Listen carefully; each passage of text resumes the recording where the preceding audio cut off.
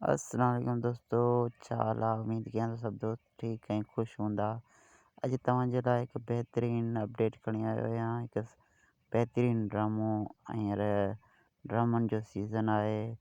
जीअं सियारे में ड्रामनि जी रिकॉर्डिंग शुरू थी रही आहे ऐं हीउ ड्रामो तमामु बहितरीनु ड्रामो आहे जंहिंजो नालो आहे ॾाॾनि जो ॾे ऐं हिन जी रिकॉर्डिंग तेज़ी सां हले पई थी ऐं तव्हांखे अॻियां ॿुधाईंदासीं त वीडियो में ऐं वीडियो फुल ॾिसिजो। ही तव्हांजे लाइ ख़ासि अपडेट आहे। ही कहिड़े चैनल जो ड्रामो आहे, कॾहिं हलंदो, सो फुल वीडियो ज़रूरु ॾिसिजो। हलूं था पंहिंजे वीडियो जी तरफ़ त दोस्तो।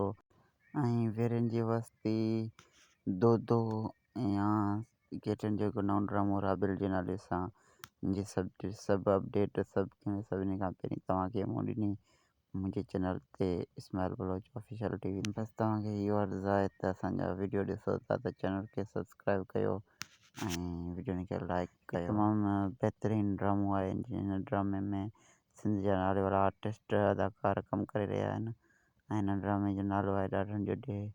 सीरियल आहे ऐं हुन में सिंध जा वॾा वॾा अदाकार कमु करे रहिया आहिनि ऐं हीअ तव्हांखे डायरेक्टर रफ़ियाज़ जेको हुनजो यूट्यूब चैनल आहे हुन ते तव्हांखे ॾिसण लाइ मिलंदो ऐं हिन में वॾी कास्ट शामिलु कई वई आहे।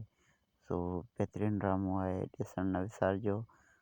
ऐं हीअ असांजी अपडेट कीअं लॻी असांखे कमेंट करे ज़रूरु ॿुधाइजो। बाक़ी जिते हुजो ख़ुशि हुजो, आबाद हुजो ऐं वधीक अपडेट ऐं ॼाण टीवी या फिल्म जे बारे में ॼाणण लाइ असांजे चैनल खे सब्सक्राइब करे छॾियो जीअं असां तव्हांजे लाइ हर नई अपडेट खणी हाज़िर थियूं।